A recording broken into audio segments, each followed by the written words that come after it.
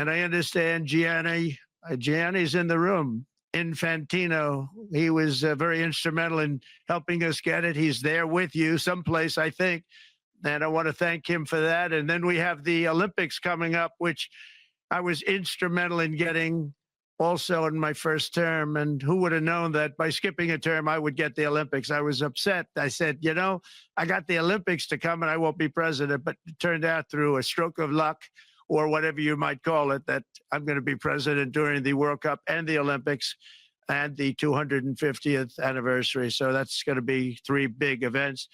And we've accomplished more in less than 4 days. We have really been working 4 days than other administrations have accomplished in 4 years. And we're just getting started. It's really an amazing thing to see, and the spirit and the light over our country has been incredible. Under the last administration, our nation has suffered greatly, but we're going to bring it back and make it greater, bigger, stronger, better than ever before. I want to thank everybody for being with you. I would have been there myself, except the inauguration was 2 days ago. I thought it might be a little bit quick to make it the first stop, but we'll get there one day. We hope to get there. But I do appreciate, I heard the audience is fantastic, and many of my friends are in the audience, and I will be taking questions now from some very distinguished people. Thank you all very much. Thank you. Thank you very much, Mr. President, for that very powerful speech. And I think you could hear the applause all the way from Davos to the White House. But next year it will be even better, because then you can get the applause here in Davos. So we wish you welcome to our village next year. We hope to see you. Thank you very much. So we also know, Mr. President, that you open up for interaction here. We have a great panel with some of the most distinguished business people in the world. Let me start with someone that you know really well, that I think is almost a neighbor of you in in Florida. Mr. Steve Schwarzman, Chairman, CEO, and co-founder of Blackstone Group. So, Steve, floor is yours. Well, Mr. President, I'm sure the Crown Prince of Saudi Arabia will be really glad you gave this speech today. You've had the busiest 4 days that anybody can imagine, and congratulations for that. My question is about some of the things I've observed here at Davos. It's a terrific forum. I've met lots of people, as usual. I think I've been here 30 years. And a lot of the European business people have expressed enormous frustration with the regulatory regime in the EU, and they attribute slower growth rates here because of the numerous factors, but especially because of regulations. And you've taken a completely different approach in this area. And if you could explain the theory of what you're doing, how you're going to do it, and what you expect the outcome to be, I'd appreciate it. Well, thank you very much. And congratulations, Steve. You're a friend of mine, but on a great career. You have had an amazing career, and it continues. I just want to congratulate you. Very inspirational to a lot of people.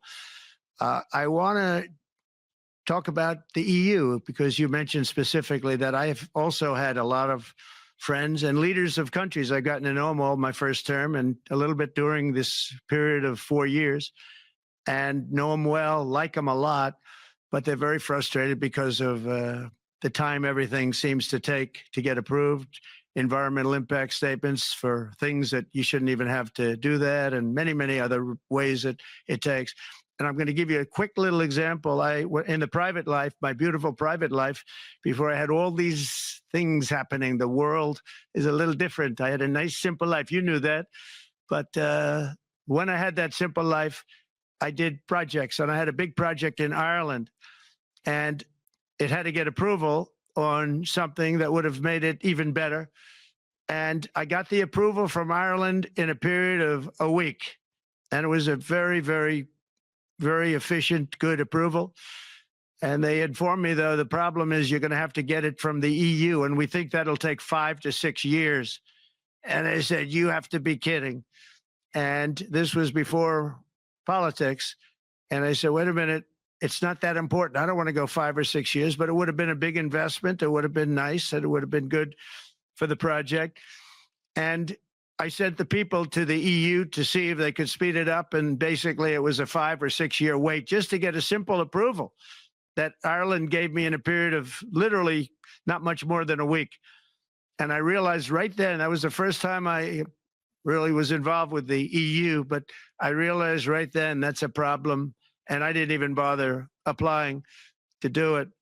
And, or if I did, I pulled it very quickly. I have to be very accurate because I don't want to be criticized. He did apply, actually. No, I want to be very accurate.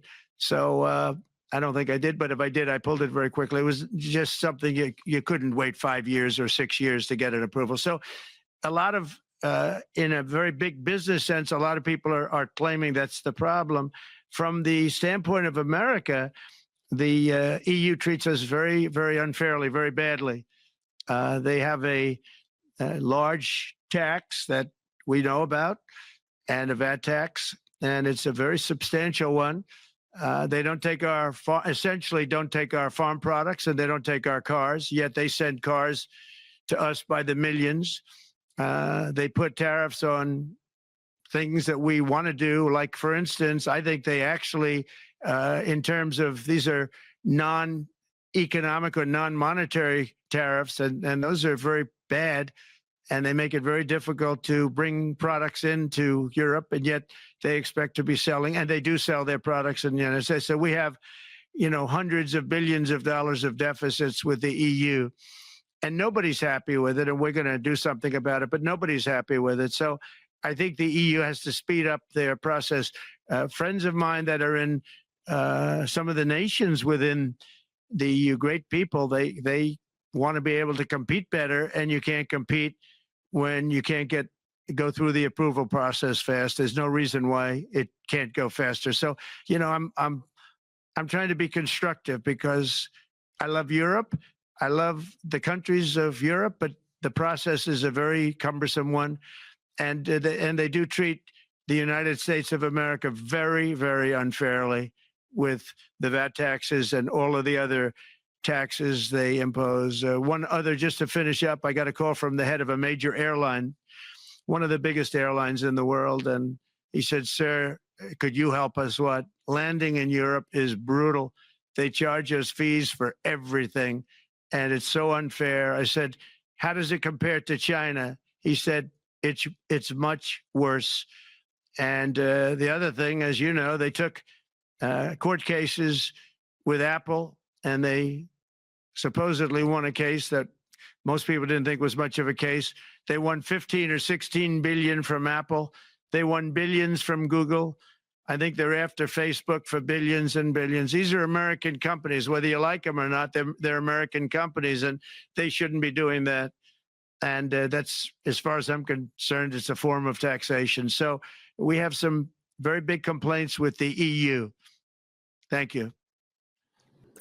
Thank you very much, Mr. President. We'll now go to one of your friends in the EU, Patrick Pouyanne. He's the chairman and CEO of Total Energies. I guess you have a question ready, Patrick, for the president. Mr. President, as we understand, energy is at the top of your agenda, and it's an honor for me to represent the energy industry tonight. In this panel, Total Energies is indeed the fourth largest oil and gas and electricity company in the world. I will not ask you a question about the oil price. It's quite clear what you expect from us. I will go to gas more. And our company is the largest #1 exporter LNG from the US company. We are a strong contributor to, and we invest in a mammoth LNG projects in Texas, $20 billion. It's far from 200, but it's $20 billion. And we contribute with that to security of supply to Europe. as we export this LNG to Europe. Some experts fear that if there are too many projects developed in the US on LNG, this could have an inflationary impact on the US domestic gas price. And they recommend a pause on these projects. I would ask you the following question. What are your views about such a pause on investments on LNG in the US? What would happen if you would observe an increased domestic gas price because of these exports? And final question, which is important for Europe, would you agree to guarantee security of supplies of US LNG to Europe? Well, on the last part of your question, yes, I would. I would make sure that you get it. If we make a deal, we make a deal, you'll get it. Because a lot of people do have that problem. They make a deal and then it can't get supplied because of war-type problems and other problems. So we would absolutely do that. LNG is very interesting because when I took office for the first term, one of the first things I looked at was there were two very massive plants in Louisiana, a state that has been very good to me, won it by many, many points. And I felt strongly indebted to it, actually. And they said there are two plants that have been under environmental consideration for more than 10 years. And they were costing, as you say, you know how expensive those plants are, but they were costing like 12 billion and I think 14 or 15 billion, but they couldn't get their permits. They were in review for years, many, many years, like a decade or more. And I said, so ridiculous. I know so much about that because in the construction industry, I had to go through it too, but I got good at it after a while. But I saw the projects, and you're talking about a total investment of 25 to $30 billion, and it looked like it was going to end. They couldn't get their permits, and I got them done in less than a week. It was done, completed. In fact, when they called them to announce that it was done, the countries, largely countries, Japan was involved and another country and some very big investors, they couldn't believe it. They actually couldn't believe it. And I said, just do yourself one favor. Don't pay any consultants, because the only one that got it done was me. I got it done because it was the right thing to do for the U.S. and for the world, but the consultants had nothing to do with it. You know, the consultants go in and they say, give us millions of dollars because Trump did it. Nobody called me about it. I just heard it was a problem for years. And I got it done because it was the right thing to do for the U.S. and the right thing to do for beyond. It had to do with energy, very important.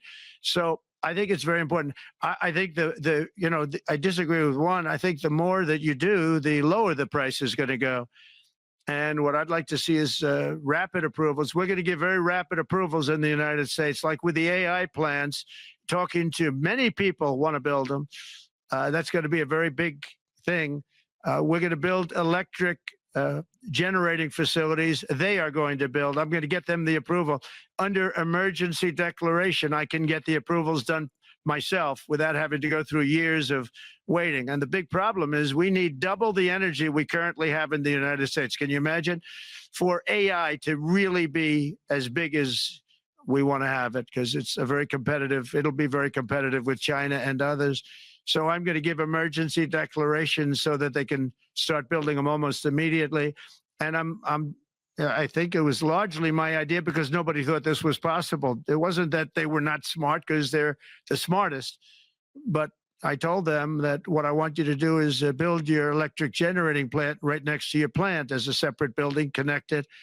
And they said, wow, you're kidding. And I said, no, I'm not kidding. You don't have to hook into the grid, which is old and, could be taken out. If it's taken out, they wouldn't have any way to get any electricity. So we are going to allow them to go on a very rapid basis to build their plant, build the electric generating plant. They can fuel it with anything they want, and they may have coal as a backup, good, clean coal.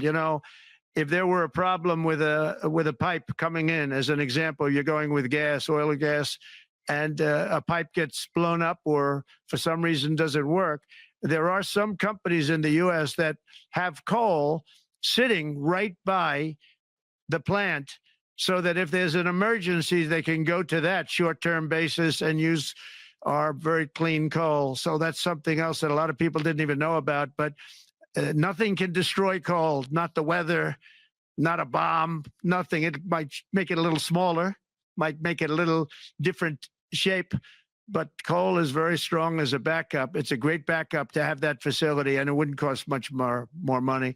And we have more coal than anybody. We also have more oil and gas than anybody. So we're going to make it so that the plants will have their own electric generating facilities attached right to their plant. They don't have to worry about a utility. They don't have to worry about anything. And we're going to get very rapid approvals. Thank you. Thank you so much, Mr. President.